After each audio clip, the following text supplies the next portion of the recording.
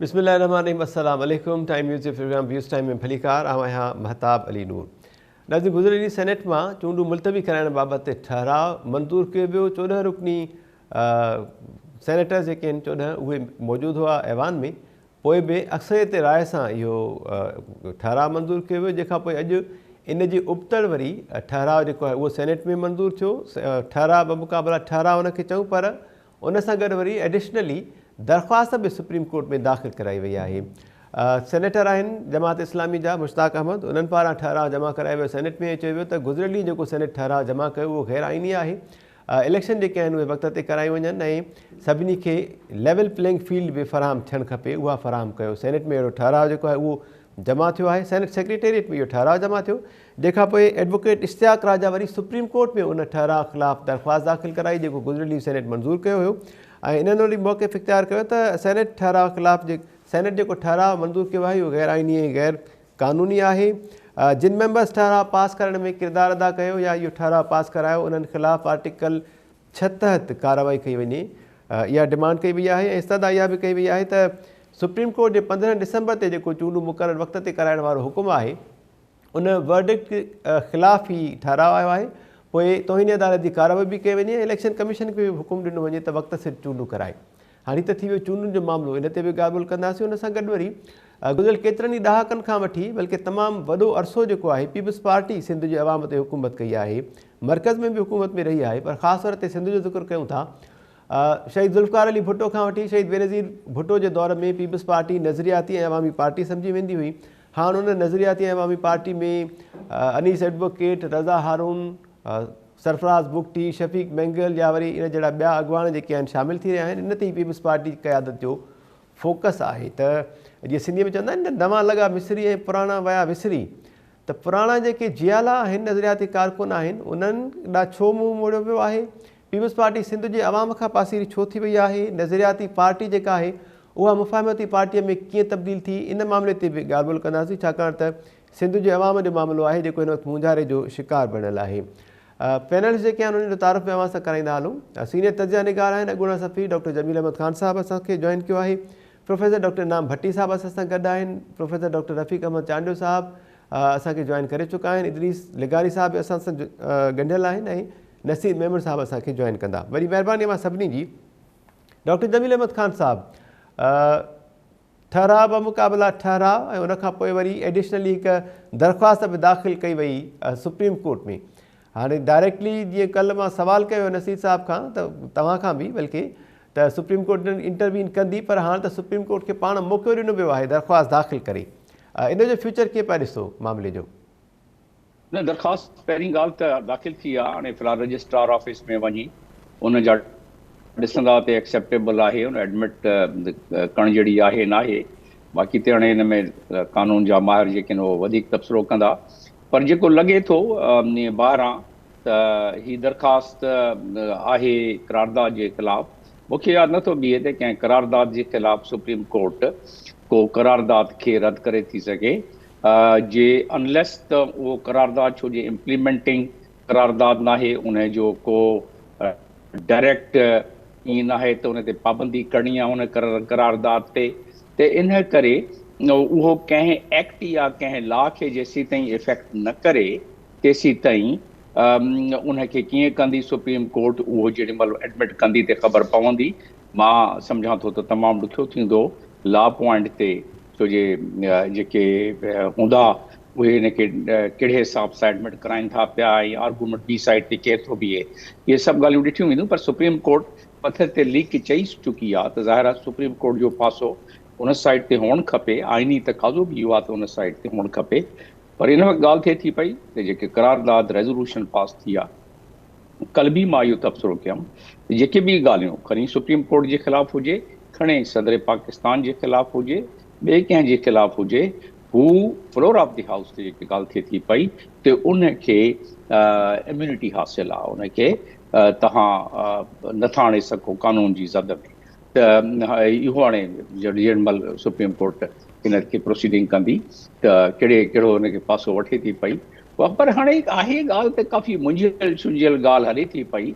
हीअ जेके कल्ह रेज़ोल्यूशन आयो इहे माण्हू रेज़ोल्यूशन जेके इन में ना करण वारा माण्हू हुया, इहे वीचारा जेके आहिनि बसि ठीकु आहे, इन्हनि खे जेको आयो मथां उन हिसाब सां उन्हनि करे छॾियो।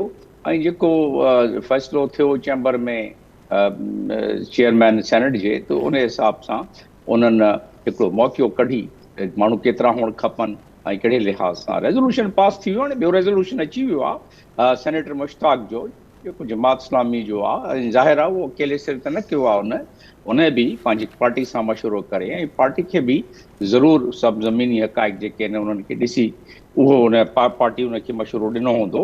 त उन लिहाज़ सां जे ॾिठो वञे त जे करारदाद मंज़ूर थी वञे ऐं इन में जे इलेक्शन जी जेके नुक़्ता जेके उन आहिनि पॉइंट्स जेके आहिनि मुख्य पॉइंट्स ते इलेक्शन वक़्त ते कराए वञे। सेनेटर मुश्ताक पंहिंजी करारदाद में इहा ॻाल्हि आंदी आहे, सॼी दुनिया थी चवे ऐं उन में आइनी तक़ाज़ो आहे, सॼी दुनिया थी चवे निगरान हुकूमत जी ज़िम्मेवारी आहे त हू सभु रिसोर्सिस प्रोवाइड करे, कमीशन जो इहो फ़र्ज़ु अदो कराए। इहे सभु ॻाल्हियूं उन्हनि लिखियूं आहिनि ऐं 8 फरवरी तारीख़ हुन ॾिनी आहे। इलेक्शन जो जेको आहे उन में पोस्टपोनमेंट उन जी करारदाद गैर आइनी, हाणे उहा त कोर्ट डिसाइड कंदी त गैर आइनी आहे या छा आहे उहो रेज़ोल्यूशन, छो जो इम्प्लीमेंटिंग टूल त आहे न उहा। हा, जेॾीमहिल हू जवाज़ पेश करे इलेक्शन कमीशन, कल्ह बि इहा ॻाल्हि कई मूं, ऐं सुप्रीम कोर्ट में रेफरेंस पेश करे त ॾिसो असां त चवंदा आया आहियूं असांखे 1 2 3 4 10 ॾुखियायूं या इहे हुयूं ऐं इहे ई ॻाल्हि इंडोर्स कई आहे सेनेट बि ऐं ही रेज़ोल्यूशन आहे। त उन वक़्तु जेॾीमहिल बहस थींदी त पोइ सुप्रीम कोर्ट में उन लिहाज़ सां सुप्रीम कोर्ट जेको फ़ैसिलो ॾिए। पर लॻे इहो थो पियो त सुप्रीम कोर्ट त ज़ाहिर आहे उहो बीहंदी पंहिंजी ॻाल्हि ते, अनलेस त ॿियो को वाक़ियो कोड़ो ताज़ो न थी वञे ऐं उन्हनि वाक़ियनि खे को बुनियादु न ठाहियो वञे, तेसीं ताईं त हू लॻे थी पई। पर जेके हालतूं वञनि थी वियो, जेके मालिक सम्झनि था पिया त कीअं ऐं के इलेक्शन जो छा हुअणु खपे, कॾहिं हुअणु खपे, उन सां को बि जवाज़ मिलियो त पोइ लीक शीक जेका आहे उहा अधु कल्ह रही वई, त बाक़ी जेका बची आहे उहा पोइ बचाइणु शायदि ॾुखियो न थी वञे। जी ठीकु आहे डॉक्टर जमील अहमद ख़ान साहब, thank you so much sir. Professor doctor Inam Bhatti साहब, अवां जो छा ख़्यालु आहे सर? करारदाद जे मुक़ाबले में करारदाद त अची वई, उन ते जेको बि सेनेट जो फ़ैसिलो अचे ठीकु आहे, पर सुप्रीम कोर्ट में दरख़्वास्त बि दाख़िल कई वई आहे, आर्टिकल 6 लागू करण जी ॻाल्हि थी आहे सेनेटर्स ते, जिन इहो ठहराव मंज़ूर कराइण में किरदारु अदा कयो। महिरबानी महताब। पहिरीं ॻाल्हि त मुंहिंजे ख़्याल में ही हिकिड़ा आइनी इदारा आहिनि ऐं उन्हनि खे हिक ॿिए जे टकराव में आणणु जेको आहे इहो ख़ुदि हिकिड़ो ॾाढो इंतिहाई ॾुखियो ऐं ख़राबु मामिलो हूंदो आहे। माज़ी में बि केतिरा ई अहिड़ा मामला थींदा रहिया आहिनि। पोइ उन ते बहस इहो थींदो आहे त सुप्रीम केरु आहे, पार्लियामेंट सुप्रीम आहे या सुप्रीम कोर्ट सुप्रीम आहे, जुडिशरी सुप्रीम आहे या पोइ वरी आइन जेको आहे उहो सुप्रीम आहे। हिते इन्हनि सभिनी शयुनि खां वधीक जेका अहम शइ आहे उहा इहा आहे त हर कंहिंखे पंहिंजे दाइरे में रही करे कमु करणु खपे।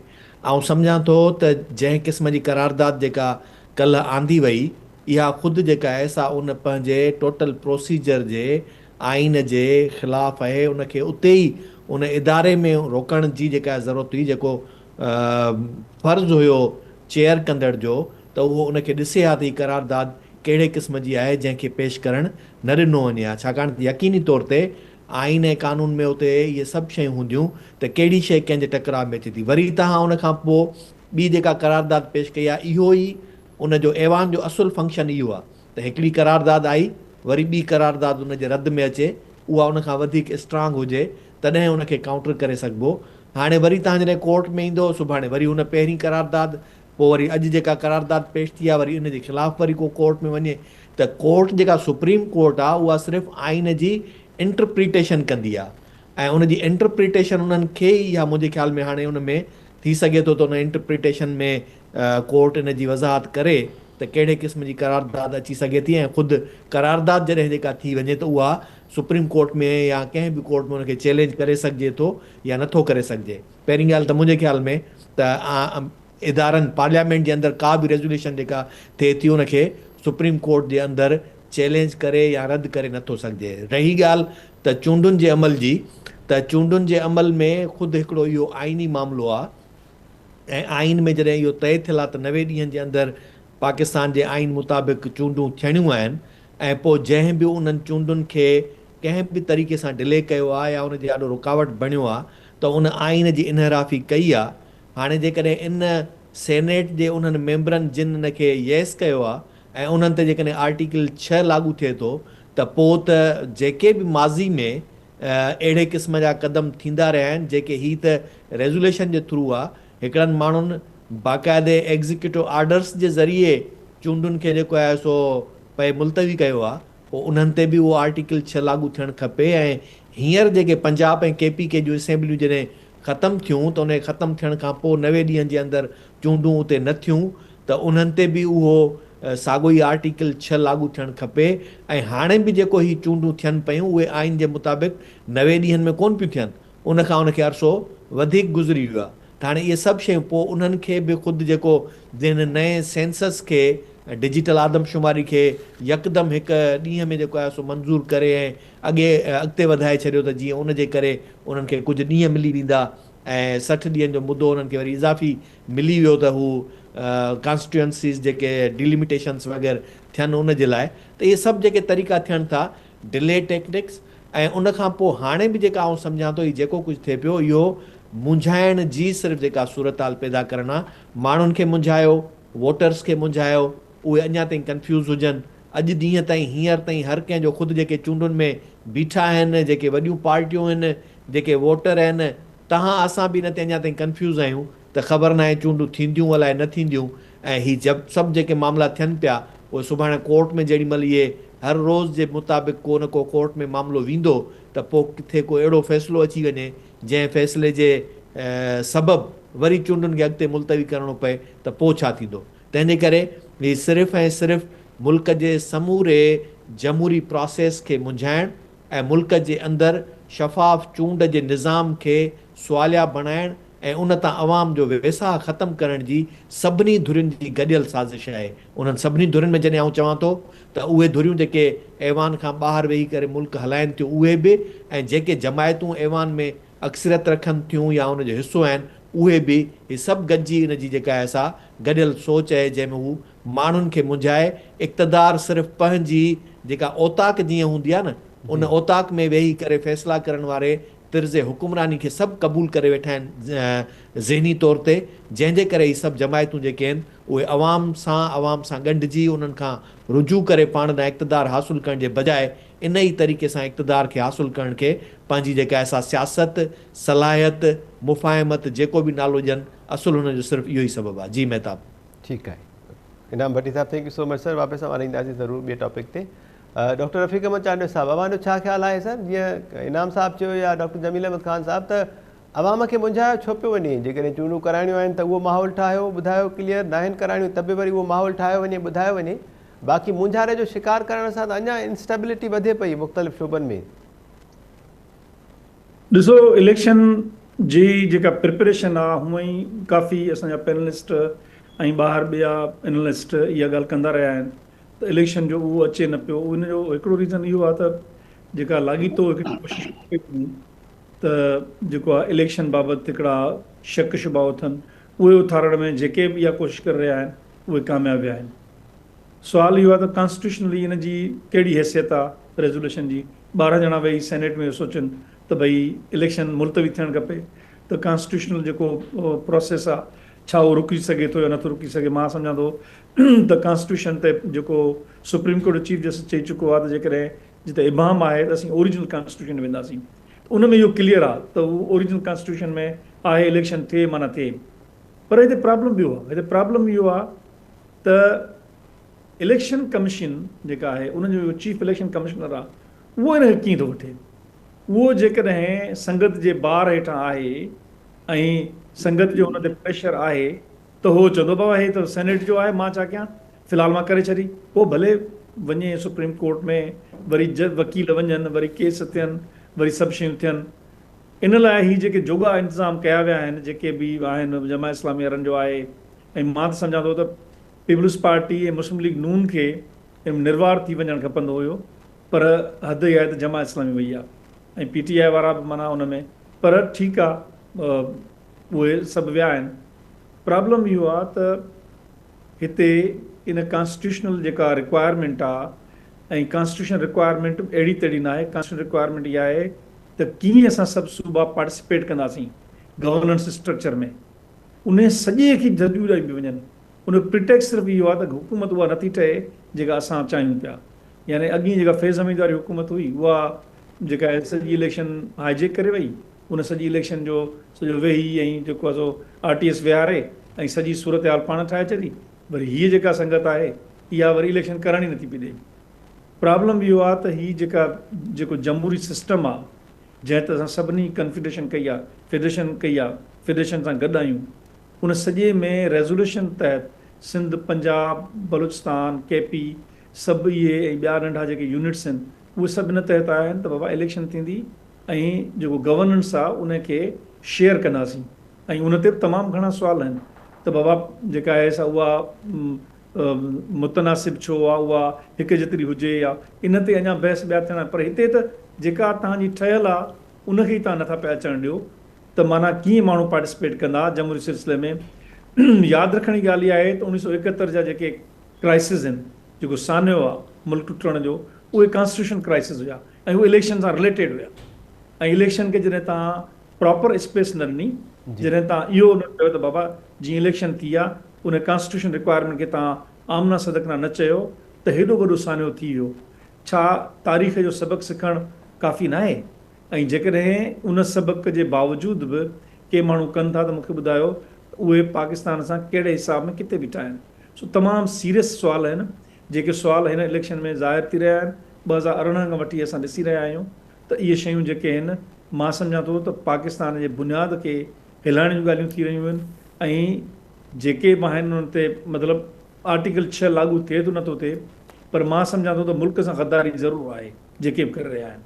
उन्हनि ते आर्टिकल 6 लॻे थो नथो लॻे, मूंखे ख़बर न आहे, पर मां सम्झां थो त बिल्कुलु वॾे पैमाने ते जेका साज़िश थी रही आहे इहा पाकिस्तान जे ख़िलाफ़ु साज़िश आहे। ऐं हिन साज़िश जो मुड़ुसु थी सभिनी पॉलिटिकल पार्टीज़ खे मुक़ाबिलो करणु खपे, जेकर अॼु न त पोइ कॾहिं कंदा। जी बिल्कुलु ठीकु सर, जेकॾहिं अॼु न त पोइ कॾहिं कंदासूं।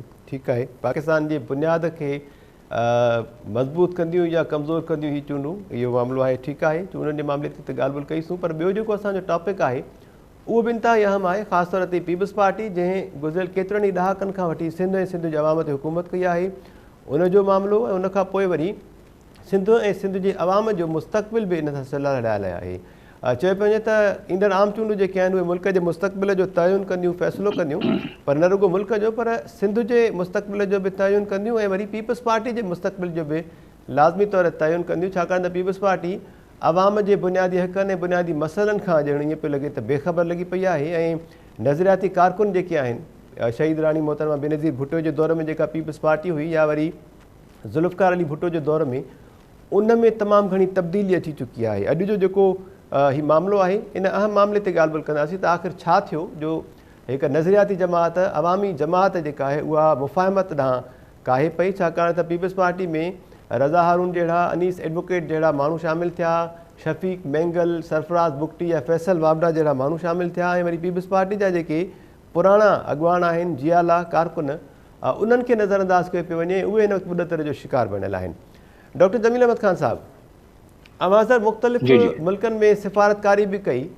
शहीद ज़ुल्फ़कार अली भुट्टो या शहीद बेनज़ीर भुट्टो जे दौर में जेका पीपल्स पार्टी हुई, उन जे लाइ उन वक़्तु कहिड़ा कमेंट्स या राय अव्हांखे ॿुधण में ईंदी हुई, ऐं हाणे वारी पीपल्स पार्टी जेका तब्दील थी चुकी आहे, इन ते अव्हांजो कमेंट सर?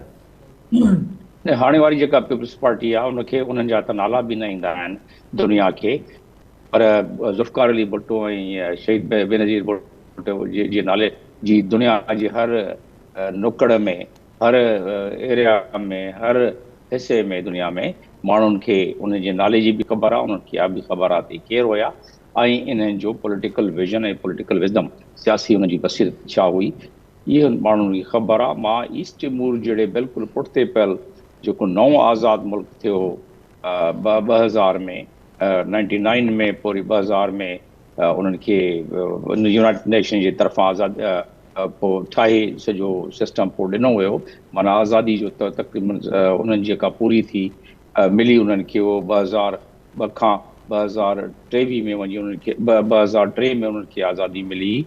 त उन वक़्तु बि उते ॿियनि जी ख़बर न हुई उन्हनि खे, फ़क़ति भुटे जी ख़बर हुई। मां गल्फ कंट्रीज़ में बि जिन को 4-5 मुल्कनि में मुंहिंजी तैनाती रही आहे, उते बि भुटे नाले जी सभिनीनि खे घर घर ऐं गिटी गिटी में सभिनीनि ख़बर हुई। अॼोकी जेका पीपल्स पार्टी आहे उन जी लीडरशिप जी त हाणे वञो ऐं टूर ते वञो त हाणे बि उहो ज़ुल्फ़िकार अली भुट्टो या शहीद बीबी बेनज़ीर भुट्टो जी जेका आहे न उहो उनखे यादि आहे, बाक़ी कंहिं बि छो जे उन वक़्तु जेको वक़्तु हो जंहिं हिसाब सां डिवोशन सां जेको कमु थियो ऐं जंहिं हिसाब सां उहो माण्हुनि सां जुड़ियल हुया उहे हाणे नाहे। काई बि पार्टी तव्हां खणी ॾिसो, जमात इस्लामी हिकिड़ी इहा पार्टी वाहिद आहे जेके घड़ी गिटी गिटीअ में ऐं ॻोठ ॻोठ में जिथे जिथे उन्हनि जी पहुच आहे हू पंहिंजी घटि में घटि अप्रोच रखंदा आहिनि, कम्युनिकेशन रखंदा आहिनि। इहा ॿी ॻाल्हि आहे, माण्हू नज़रिया जे करे उन्हनि खे वोट न ॾींदा आहिनि, पर बहरहाल उन्हनि जी जेका कम्युनिकेशन सिस्टम सुठी आहे उन लिहाज़ सां ॾिठो वञे त न नवाज़ शरीफ़ जी एतिरी आहे, न ॿिए कंहिं पार्टी जी एतिरी कम्युनिकेशन ऐं नेटवर्क उन्हनि जो एतिरो आहे या माण्हुनि सां लाॻापो एतिरो आहे। त असां ॻाल्हि था कयूं पीपल्स पार्टी जी। पीपल्स पार्टी ज़ाहिर आहे उहो ज़मानो बि न रहियो, उहे माण्हू बि न रहिया, उहा पीपल्स पार्टी बि न रही, उहा लीडरशिप बि न रही। इन करे माण्हुनि खे हाणे इहो अहसासु थिए थो पियो त नज़रियाती माण्हू जेके आहिनि उन्हनि खे पासे ते कयो थो वञे या उन्हनि खे इग्नोर कयो थो वञे। इहा हक़ीक़त थी सघे, पर इहे नज़रियाती माण्हू जेके आहिनि इन्हनि जो बि त इन्हनि खे पंहिंजे नॉलेज जी, पंहिंजे विज़डम जी उन्हनि खे बि अपडेट करिणो पवंदो। उन्हनि खे 21st सेंचुरी जी जेके जो तक़ाज़ो आहे उनखे ॾिसणो पवंदो। जीअं बिलावल भुट्टे खे इन्हनि नॉमिनेट कयो आहे PM लाइ, ऐं मां ज़ाती तौर ते सम्झां थो पियो छो जे मां ॾिठो आहे ऐं ॻाल्हायो आहे, कमु ॾिनो आहे बिलावल भुट्टे खे। मां उनजी मीटिंगूं करायूं जेॾी महिल मां सफ़ीर हुउसि कुझु मिनिस्टरनि सां जेके फॉरेन मिनिस्टर्स आहिनि, त मूंखे ख़बर आहे त उन में उहा आहे कैपेबिलिटी है, उन में उहा कैपेसिटी भी आहे, उन में उहो इंटेलिजेंस भी आहे, ॿाहिरि जो पढ़ियल आहे, हाणे काफ़ी उहो ग्रूम भी थी वियो आहे, त उहो बिल्कुलु आहे मटीरियल। पर असां पाकिस्तान जे लिहाज़ सां ॾिसूं त प्राइम मिनिस्टर मटीरियल बिल्कुलु आहे, पर प्राइम मिनिस्टर मटीरियल थियण त खोड़ सारा माण्हू ॿिया बि पाकिस्तान में हूंदा जेके प्राइम मिनिस्टर मटीरियल हुजनि, पर उहो जेके पार्टी आहे उहो अॼोको प्राइम मिनिस्टर फ़क़ति नज़रियाती वर्कर्स ऐं कारकुननि सां न ठहंदो। अॼोको प्राइम मिनिस्टर जेको ठहंदो उहो टेक्नोलॉजी बेसिस खे जे ॿुधाईंदो त मां टेक्नोलॉजी में इहा इम्प्रूवमेंट आणंदुसि, मां 21वीं सदी जा जेके तक़ाज़ा आहिनि उनखे इन हिसाब सां पूरा कंदुसि, ऐं उन्हनि तक़ाज़नि खे जेॾी महिल मां पूरो कंदुसि त इकोनॉमी बहितर थींदी, ऐं इकोनॉमी जा जेके तक़ाज़ा आहिनि उन्हनि खे पूरा करण लाइ मूं वटि ई प्लान आहे, ऐं इन प्लान खे जेॾी महिल मां इम्प्लीमेंट कंदुसि उनजो मुदो पहिरें 6 महीननि में मूं वटि 50,000 या 50 बिलियन डॉलर अची वेंदा। वरी नेक्स्ट ईयर में मुंहिंजो ही प्लान आहे, मूं वटि 100 बिलियन डॉलर अची वेंदा, ऐं इन लिहाज़ सां मां पघारूं डबल करे छॾींदुसि, बिजली फ्री करे छॾींदुसि, इनकम बेनज़ीर इनकम सपोर्ट खे डबल करे छॾींदुसि, हारी किसान जेके आहिनि उन्हनि खे कार्ड ॾेई छॾींदुसि, सिहत, ही सभु शयूं त उन वक़्तु माण्हुनि खे अपील कंदियूं ऐं हर तबिके खे अपील कंदियूं जेॾी महिल 21वीं सदी जेका तक़ाज़ा आहिनि उन जे मुताबिक़ उहो माण्हू, उहो लीडर माण्हुनि ताईं पहुचे। फ़क़ति जलसा जुलूस करे मोटी अचणु ओतिरो बि कमु न, उन में माण्हुनि सां मिक्स थियणु। तव्हां भुट्टे जी मिसाल जे ॾियो था पिया, बेनज़ीर जी मिसाल था ॾियो पिया, त उहे माण्हुनि में उन ख़बर हुई त माण्हुनि जी नब्ज़ छा आहे, ऐं इन्हनि खे माण्हुनि जी नब्ज़ जी ख़बर नाहे, जंहिंजे करे इहो जेको गैप अचे थो पियो। बिलावल सुठी ॻाल्हि कई हुई त मां जेके नओं ब्लड आणींदुसि। ॾिसो न हाणे 72, 70 साल जा जेके थी विया नज़रियाती माण्हू, उन्हनि जी क़दुरु करणु खपे, उन्हनि लाइ खोड़ थिंक टैंक ठाहे ॾियनि, उन्हनि खे ॿियूं स्लॉट्स पार्टी जो कमु ॾियनि उन्हनि खे, बाक़ी जेको हुकूमत ऐं मुल्क हलाइण जो कमु आहे उहो बिलावल ऐं बिलावल जी जहिड़ी टीम खे, या फॉर दैट मैटर मरियम नवाज़, उन्हनि खे। हाणे नवाज़ शरीफ़ में बि उहा दमख़म न आहे, उनजो नालो हले थो पियो, उन जा तालुकात हलनि था पिया जीअं ज़रदारी साहिब जा, त उहे हिसाब सां हाणे आस्ते आस्ते इन्हनि खे जाइ ॾियणु खपे। जे मुरुसी सियासत हलणी आहे त ही 2 नौजवान आहिनि, अदरवाइज़ असांजे मुल्क में अलाह करे त एजुकेशन सुठी थिए, अलाह करे त ही निज़ाम जेको आहे जंहिं हिसाब सां असां जकड़िया पिया आहियूं, हिकिड़ी पार्टी ॿी पार्टी, उन्हनि ते हिकिड़ी पार्टी ते कब्ज़ो, ॿी पार्टी ते कब्ज़ो, टीं पार्टी ते कब्ज़ो, हुते वली ख़ान वारी ते, त ही जेसीं ताईं रहंदो त ही निज़ाम रहंदो ऐं जे इहो ई निज़ाम रहणो आहे इहे अहिड़े हिसाब सां पार्टियूं हलणियूं आहिनि त ही नौजवान ॿ जेके आहिनि हिकिड़ो त बिल्कुलु नौजवान आहे बिलावल भुट्टो ज़रदारी ऐं ॿियो मरियम उन साइड ते आहे जे ही मुल्क में को आसूदी आणे था सघनि जेके असांजा सराउंडिंग सर्कमस्टांसिस आहिनि जेको असांजो माहौल आहे मुंहिंजी त तमन्ना आहे मुंहिंजी त ड्रीम आहे मां त ख़्वाब थो ॾिसां ऐं उहो इम्प्लीमेंट बि थियणु खपे हिकिड़ो आम माण्हू इलेक्शन में हिसो वठण जहिड़ो थिए उहो हिकिड़ो आम माण्हू क़ाबिल माण्हू उहो अॻिते अचे मुल्क खे हलाइण जहिड़ो थिए जीअं ॿियनि मुल्कनि में थिए थो पियो जेके एवरेज जेके मुतवसत जेके दरमियानी तबिके जा माण्हू आहिनि उहे साम्हूं अचनि पढ़ियल ॻढ़ियल अचनि पर पार्टी में बि उन्हनि जी जाइ न आहे जेकी डिसीशन मेकिंग आहे ऐं पोइ हुकूमत में बि उन्हनि जी जाइ न हूंदी आहे हुकूमत में बि उहे ई माण्हू हूंदा आहिनि आसूदा जिन्हनि पैसा ठाहिया हूंदा आहिनि जेके माल कमायो हूंदो आहे जेके माल जे तहत उहे किचन कैबिनेट में अची था वञनि उहे थो हुकूमत हलाइनि पर जे इहो ई निज़ाम हलाइणो आहे त ज़ाहिर आहे बिलावल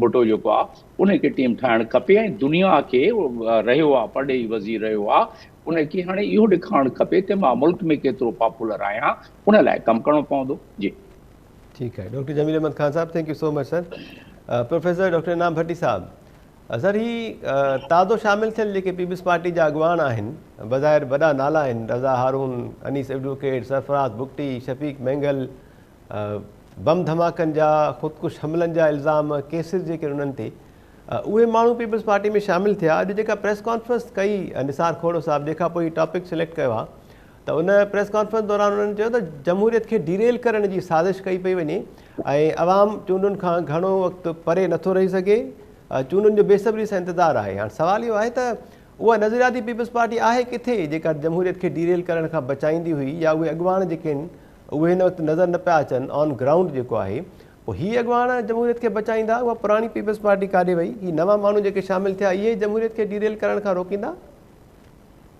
बेताब मुंहिंजे ख़्याल में पुराणी पीपल्स पार्टी उहा ई हुई जंहिं अवामी लीग जे मैंडेट खे क़बूल न कयो हो ऐं जनरल टिक्का ख़ान खे पंहिंजी पार्टी जो सेक्रेटरी जनरल ठाहियो हो ही उहा ई हाणे साॻी पीपल्स पार्टी आहे जंहिं पीपल्स पार्टी में अनीस एडवोकेट ऐं रज़ा हारून जेके आहिनि से उहे जिन खे तव्हां अॻु में मुल्क दुश्मन बि शायदि करार ॾेई चुका हूंदो राज एजेंट बि करार ॾेई चुका हूंदो वरी हाणे जेकॾहिं तव्हां सां गॾु जेकॾहिं बीहनि त उहे जमहूरियत खे ई बचाईंदा ऐं वरी जेकॾहिं अॻु में हू होॾे हुया त पोइ हू हुया ई एजेंट्सनि जा एजेंट ऐं कंहिं ज़माने में हुननि खे इहो चयो वियो त ज़ियाउल हक़ जी बी टीम आहे ज़ियाउल हक़ सॼो उन्हनि खे ठाहियो त ख़बर न आहे त जमहूरियत जे हक़ में केरु आहे ऐं जमहूरियत मुख़ालिफ़ केरु आहे आऊं त सम्झां थो त पीपल्स पार्टी उन वक़्त में बि इक़्तदार जे हासिलात जे लाइ समूरे पंहिंजे तगोदो सां अॻिते वधी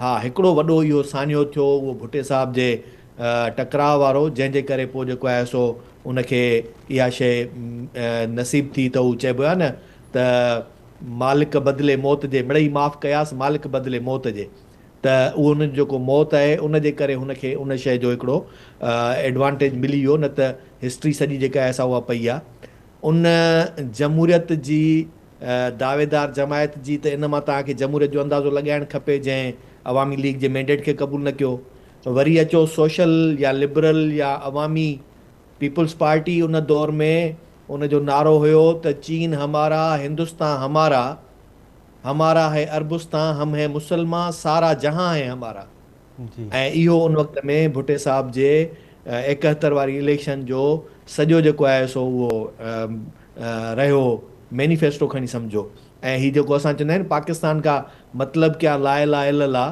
त इहे सभु शयूं बि ॾोह रुॻो असां ॾींदा आहियूं त ज़ियाउल हक़ शायदि शुरू कयो पर मुसलमाननि जी जेका इस्लामी सरबराह कॉन्फ्रेंस जेका भुट्टे साहिब कराई उनजो तव्हां तरानो जेको लिखियो वियो उनजो तरानो पढ़ो ऐं उन तराने खे जेको आहे सो जेकॾहिं चङी तरह ते केरु सम्झे त उनजो असुलु मक़सदु इहो आहे त असीं असुल आहियूं असीं मुस्तफ़वी आहियूं ऐं असांखे सॼे हिन जहान ते क़ाबिज़ थियण या हुकुमरानी थियण जो हक़ हासिलु आहे इहा हुई सोच त जेकॾहिं इहा ई सोच जमहूरी आहे ऐं इहा ई सोच असुली आहे पोइ त पाकिस्तान जे हिन वक़्तु बि जेके वागधणी आहिनि जेके असुलु वेठा आहिनि उन्हनि जी बि सोच इहा ई आहे ऐं पोइ शायदि हाणे हुननि जो सही मेलाप थियो आहे सरफराज़ बुगटी हुजे या शफ़ीक मेंगल हुजे, रज़ा हारून हुजे या अनीस एडवोकेट हुजे, शायदि उन्हनि जो हाणे सही उन्हनि खे या हुननि खे दग हथ आयो आहे या हुननि खे आयो आहे या ॿिन्ही खे हाणे ख़बर पई आहे त असीं साॻे ई हिक ई घाट जा आहियूं।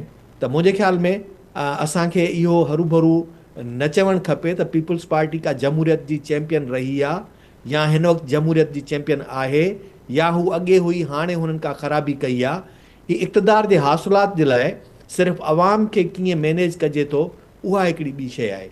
त हिन वक़्तु बि पीपल्स पार्टी आउं सम्झां थो त मुंहिंजे हिसाब सां बि आउं त ईअं चवंदुसि त कामयाबु जमायत आहे जेका एतिरी कामयाबु थींदी पई वञे जो बलोचिस्तान जे अंदरि इन्हनि सभिनी खे। ऐं वरी मज़े जहिड़ी ॻाल्हि ॾिसो न, कुझु ॾींहं अॻु में तव्हां अख़्तर मेंगल सां वेठा हुयो, हुन सां तव्हांजो अलाइंस बि हुयो, गुज़रियल जेके नंढी चूंड थी हुन में इतिहादी बि थिया हुयो। अॼु उते ई जेको आहे सो शफ़ीक मेंगल तव्हां सां गॾु आहे, जेके हुननि हिक ॿिए जा बाक़ाइदे उते चवनि था त जहिड़ो दुश्मन बणिजी बीठा आहिनि।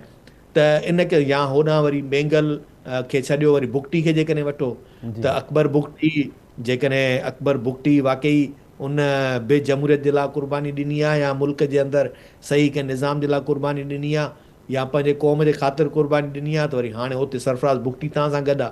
त तंहिंजे करे इहा मयार न ॾियणु खपे। असां अलाए छो सम्झूं था त तव्हांखे ईअं थो लॻे त पीपल्स पार्टी को दाग़दार थी वई आहे, उन ख़राबु कमु करे छॾियो।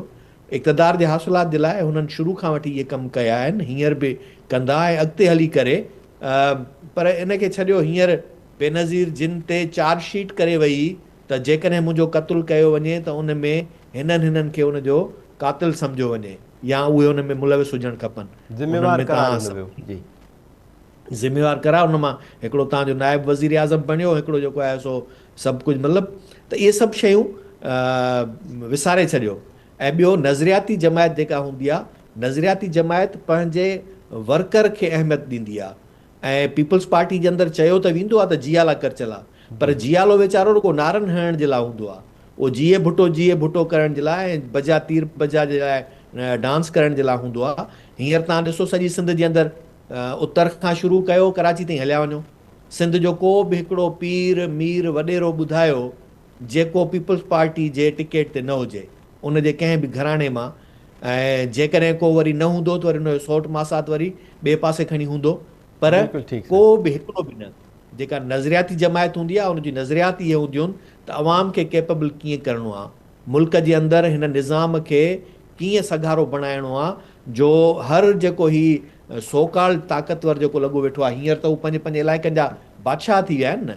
हींअर त सरकार जे मशीनरी जे ज़ोर ते हर ज़िले जो हिकिड़ो नंढो बादशाह आहे। उन बादशाह जे ताड़ी वॼाइण सां सभु कमु थींदा आहिनि, उन बादशाह जे चवण सां FIR बि कटिजी सघजंदी आहे, थाणो कोर्ट कचहरी मतिलबु सभु उन जी मर्ज़ी ते हलंदा आहिनि। ऐं इहो सॼो तव्हां हुननि ठाहे ॾिनो आहे। त बाक़ी रहियो अवाम, उहो अवाम आहे किथे? त मुंहिंजे ख़्याल में त पीपल्स पार्टी ॾाढो बहितरीनु पई वञे ऐं उहो पंहिंजे हक़ीक़ी उन असुली उन नज़रियात ते ई हले पई ऐं उन नज़रियात खे ई अॻिते खणी करे ईंदड़ इक़्तिदार ताईं पहुचण जे लाइ हुननि जी मुकमिल कोशिशि आहे ऐं शायदि पहुची बि वञे। हींअर जेके सूरत हाल लॻे थी त चूंडूं जेकॾहिं थी थियूं वञनि त पोइ चूंडुनि में सिर्फ़ु रहंदो वञी फ़र्क़ु चंद सीटुनि जो, त जेकॾहिं कंहिं वटि उहे चंद सीटूं मैनेज केरु करे वञे त उहो वज़ीर आज़म थी वेंदो। ऐं आउं भायां थो त हिन वक़्तु उन्हनि सीटुनि हासिलु करण लाइ वधि खां वधि पैसो हिकिड़ो आसिफ़ ज़रदारी साहिबु वटि आहे, ॿियो नवाज़ शरीफ़ वटि आहे। पोइ उते उन वक़्तु इहो मुक़ाबिलो थींदो। जीअं सेनेट जूं चूंडूं ॿुधंदा आहियो न, त सेनेट जे चूंडुनि में करोड़ा रुपया हलंदा आहिनि। हिन भेरे शायदि नेशनल असेंबली में बि ईअं ई थिए ऐं पोइ हिक ॿिए ते इल्ज़ाम हणंदा त केरु सिंध हाउस में कंहिंखे यरगमाल बणाए वेठो आहे, केरु पंजाब हाउस में कंहिंखे यरगमाल बणाए वेठो आहे। इहे सभु मामला वरी पोइ नज़र ईंदा। जी मेहता, ठीकु आहे। थोरो अॻु बि ॿुधाए छॾियो सेनेट वारो। सेनेट वारो से गुज़रियल भेरे त 25 करोड़नि ताईं वियो। हा, इहो 50 करोड़ रियायत हुई 15 ताईं बि अची विया रियायत। ठीकु आहे। प्रोफेसर डॉक्टर रफ़ीक अहमद चांडो साहब, सर मोहतरमा बेनज़ीर भुट्टो जे दौर में चयो वेंदो त चारों सूबों की ज़ंजीर बेनज़ीर, उहा ज़ंजीर जेका आहे न रुॻो आवाम खे, हुकुमराननि खे, मर्कज़ खे, सूबनि खे, पूरी दुनिया खे ॻंढे रखंदी हुई।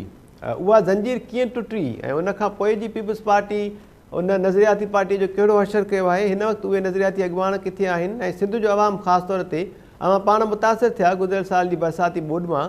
अवां जो घर जेको आहे उहो उनखे तमामु घणो नुक़सानु पहुतो के शाह में। इन ते अवां जो कमेंट सर? ॾिसो मां सम्झां थो त जॾहिं असां पीपल्स पार्टी जी जॾहिं एनालिसिस कयूं था त असांखे मां उनखे एब्सोल्यूट लेवल ते नथो करणु चाहियां। इन जो रीज़न इहो आहे त कंहिं बि डेमोक्रेटिक फॉर्म में इंडिया असांखां वॾी डेमोक्रेसी आहे, पर तव्हां एब्सोल्यूट टर्म्स में जॾहिं बि माना बीजेपी खे ॾिसो, कांग्रेस खे ॾिसो, तव्हांखे हुन में खोड़ सारा मसइला नज़र ईंदा। प्रॉब्लम इहो आहे त पीपल्स पार्टी माना उन मां छो तवक़ुआत घणियूं आहिनि असांजूं, उनजो हिकिड़ो वॾो हिस्टोरिकल बैकग्राउंड आहे। मां थोरो रुगो उनजी जेका इंसेप्शन आहे उन ते अचां थो त पीपल्स पार्टी इंटर थी आहे पाकिस्तान जे उन में क्राइसिस में, क्राइसिस खे कढण जो माना जेको हुयो उहो पीपल्स पार्टी वटि हुयो। पीपल्स पार्टी खे 7-8 साल थिया स्ट्रक्चरल एडजस्टमेंट आंदी हुननि, जंहिंमें 2 साल तमामु वॾी इन्फ्लेशन हुई, पर पोइ उहा डिस्ट्रीब्यूशन लेवल ते पाकिस्तान में बहितरीनु इकोनॉमिक मॉडल साबित थियो। पोइ वरी ज़ियाउल हक़ दौरु आयो आहे। ज़ियाउल हक़ सॼो दौरु पीपल्स पार्टी अकेले सिर ऐं कुझु ॿियूं नंढियूं वॾियूं जमायतुनि सां माना हिकिड़ी माना डेमोक्रेसी जी स्ट्रगल में गुज़ारियो। इहो हिकिड़ो कारकुननि जी हिकिड़ी ब्रीड हुई जेके उन स्ट्रगल में रहिया 11 साल। जॾहिं असां ॾिसूं था त उन स्ट्रगल खां 1988 में ज़ियाउल हक़ जे मौत खां पीपल्स पार्टी अचे थी, त पीपल्स पार्टी उहा ग़लती दोहराईंदी नज़र अचे थी जेका ज़ियाउल हक़ जे दौर में पैरल गवर्नमेंट हली हुई, जंहिंमें यानी जेको भट्टी साहब ज़िक्र कयो त भई वॾेरो हर हिकु मौजूदु आहे। इहो ज़ियाउल हक़ जे दौर जी पैदावार हुई। माना मजलिस शूरा जो जेको मेंबर आहे उनखे उहो ज़िलो मिलियल हूंदो त बाबा उहो चवे त FIR कटिजे, उहो चवे त नौकिरी मिले। इहो ज़ियाउल हक़ जो मॉडल हो। इन मॉडल खे पीपल्स पार्टी कंटिन्यू कयो, जेको न करणु खपंदो, वॾी फेटल मिस्टेक हुई हुननि जी। पर प्रॉब्लम इहो आहे त 1988 खां वठी 1990 ताईं 1990 वारो जेको ॾहाको आहे उन दौरान 4 हुकूमतूं बदिलियूं आहिनि। यानी पीपल्स पार्टी कन्फ्रंट करे रही हिकिड़ी पॉलिटिकल पार्टी तौर ते इस्टेब्लिशमेंट सां एक दरिया पार कर चुका था, मैं एक और दरिया का सामना था। इन सॼे में पार्टियुनि जी हिकिड़ी अंदरूनी भंजरा अचे थी। पार्टियूं पंहिंजे हिसाब सां ओसर नथियूं कनि। मां अचां थो अॼु वारे तव्हांजे सुवाल ते, हिन वक़्तु जेका पीपल्स पार्टी आहे उनखे बेनज़ीर भुट्टो साहिबा तमामु घणी कोशिशि कई त प्रिज़र्व कजे ऐं उन लेफ्ट वारे उन ते हलियो वञे माण्हू, पर उन जा जेके नतीजा आहिनि बेनज़ीर साहिबा खे शहीद कयो वियो। इहा हिकिड़ो फैक्ट आहे त बेनज़ीर साहिबा जी जेका पीपल्स पार्टी आहे उन 1988 में कंप्रोमाइज़ कया, पर आख़िर कहिड़ो प्रॉब्लम हो जो उनखे शहीद करिणो पियो। असां सभिनी खे ख़बर आहे त कीअं शहीद थी आहे, छो थी आहे, कहिड़नि माण्हू शहीद कयो। पर प्रॉब्लम इहो आहे त कहिड़ी जाइ ते हिकु जाइ ते वञी पीपल्स पार्टी बीहंदी आहे। अॼोकी जेका पीपल्स पार्टी आहे मां उनखे चवां थो त कंपेरेटिव उनखे एनालिसिस ॾियो। केतिरा बि हुननि वटि आहिनि मसइला, हू हितां जूं जेके ॿियूं पॉलिटिकल पार्टीज़ आहिनि उन्हनि वांगुरु ई आहिनि, पर पोइ बि हुननि खे जिते बि टाइम मिले थो त उन में जेको अंदरि वेठल डेमोक्रेटिक फोर्सिस आहिनि उहे पंहिंजो पाण खे। ठीकु आहे प्रोफेसर डॉक्टर रफ़ीक अहमद चांडे साहब, thank you so much sir. Idrees लिगारी साहब असां सां ॻाल्हाए। इदरीस साहब ॿुधो पिया हुआ? जी मेहताब साहब बिल्कुलु ॿुधायो तव्हांखे। इदरीस साहब, अवां जो छा ख़्यालु आहे सिंध जो अवाम जंहिं गुज़िरियल केतिरनि ई ॾहाकनि खां वठी हुकुमराननि जी सूरत में रुगो पीपल्स पार्टी खे ॾिठो आहे, उन अवाम खे हिन वक़्तु ताईं उहो कुझु डिलीवर न थी सघियो जंहिंजा हू मुस्तहिक बि आहिनि ऐं जेको कुझु उन्हनि खे मिलणु खपे। छाकाणि त सिंध तमामु सरमाएदार क़िस्म जो सूबो आहे, ज़रख़ेज़ ज़मीनूं असां वटि आहिनि, पेट्रोल असां वटि आहे, गैस असां वटि आहे, पर उनजे बावजूदि बि माण्हू जेके आहिनि उहे निधड़ खां बढ़ियल आहिनि। छाजे करे? बुनियादी सबब अव्हां खे कहिड़ा नज़र पिया अचनि? पीपल्स पार्टीअ जो इन तरफ़ लाड़ो नाहे, छो? महिरबानी मेहताब साहब, मुंहिंजे ख़्याल में तमामु ज़बरदस्त इशू तव्हां कयो आहे।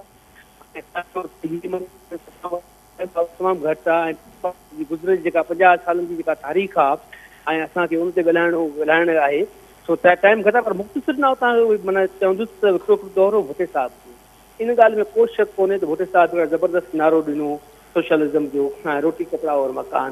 उहो असां ॾिठोसीं भुट्टे साहिब जी जेका पॉलिटिक्स हुई उहा कहिड़े क़िस्म जी हुई ऐं उहा कीअं थी ऐं उनखे कहिड़ा दरपेश चैलेंजिस हुआ। ऐं उहा ॻाल्हि वाज़ह आहे त भुट्टो साहिब जेको आहे पूरे दौर में जेको आहे उहो अमेरिका जो जेको ख़ासि सेटो में वेठो रहियो ऐं पोइ वरी 76 में जेको थियो अमेरिका सां इख़्तिलाफ़ थी पिया ऐं उनखां पोइ अलॻि थियो ऐं पोइ सॼी PN जी तारीख़ भुट्टे साहिब खे पाई बि आहे। तंहिं करे भुट्टे साहिब जेके अवाम सां नारा कया उहे त हाणे मुमताज़ भुट्टो ॿिया सभु लिखी चुका आहिनि उन ते केतिरो अमल थियो ऐं असां अवाम बि ॾिठो। हाणे बेनज़ीर साहिबा जो दौरु आहे, पर हिकिड़ी शइ आहे त भुट्टे साहिब हिकिड़ो कैडर पैदा कयो, माना हिकिड़ो जालो भुट्टे साहिब पैदा कयो, उनजो कोई शक न आहे। वरी बेनज़ीर साहिबा जेका आई उनजी सियासत सां बि केतिरा इख़्तिलाफ़, पर बेनज़ीर साहिबा बि पंहिंजा जेके कारकुन जेके आहिनि उहे पैदा कया, उहे माण्हू जेके बेनज़ीर साहिब सां कमिटेड हुआ ऐं उनखां हुआ। हीउ जेको आहे बिलावल साहब जरदारी साहब जेको आहे न, इहो जेको 15 साल जेको दौर आहे न, इन में इन्हनि ॼण सभु पंहिंजो हिकिड़ो कैडर खणी आया आहिनि। माना हिकिड़ो जालो जेको हुदे साहिब वारो, ॿियो जालो बेनज़ीर साहिब वारो, हीउ जेको पैदा कयो आहे, इन्हनि जो कारकुन जेको पैदा कयो आहे, या इन्हनि जेके माण्हू पंहिंजे पाण ठाहिया आहिनि, ऐं आवाम जे लाइ मजमूई तौर ते जेका 15 साल जी जेका कारकर्दगी आहे उहा असांजे साम्हूं आहे। माना 15 सालनि में जेका पीपल्स पार्टी जेको आहे, तव्हां ॾिसो त हिकिड़ी माना उनजी कमिटमेंट लेवल इहा आई जो बेनज़ीर साहिब आहे जेके 3 कातिल चई वई, हिकिड़े कातिल जो नालो जेको हुनखे चए थो उनखे प्राइम मिनिस्टर बणाए थो। हाणे अंदाज़ो कयो पहिरियों उहो उन सां जेका कमिटमेंट जंहिंजी जेका पार्टी हले पई, उन सां कमिटमेंट जेको कातिल माण्हू खे जंहिंखे सज़ा ॾियणु खपे हा, पुछाणो थियणु खपे हा, हिसाब किताब थियणु खपे हा, त उन सां डिप्टी प्राइम मिनिस्टर कयो वियो। त अंदाज़ो को सिंध में जेका करप्शन थी आहे, सिंध में जेको सिहत जे हवाले सां, तइलीम जे हवाले सां, ठीकु आहे, उहो कुझु डिलीवर न करे सघी जेको हुनखे करणु खपे। इदरीस लिगारी साहब, वक़्तु घटि आहे, इन जे लाइ माज़रत। थैंक यू सो मच, तव्हां जो कमेंट बि शामिलु कयोसीं, वॾी महिरबानी अव्हांजी। डॉक्टर रफ़ीक अहमद चांडे साहब, अव्हांजी वॾी महिरबानी। प्रोफेसर डॉक्टर नाम भट्टी साहब ऐं डॉक्टर जमील अहमद ख़ान साहब, thank you so much sir, अव्हां सभिनी जी तमामु घणी महिरबानी। नाज़रीन, कुझु अहम मामला उन ते ॻाल्हि ॿोल थी। दानिश्वर जेके अॼु प्रोग्राम में असांखे जिन जॉइन कयो, उन्हनि जी राय तव्हांजे साम्हूं रखीसूं। ईंदड़ प्रोग्राम ताईं, सूमर ताईं इजाज़त ॾींदा। अल्लाह निगहबान।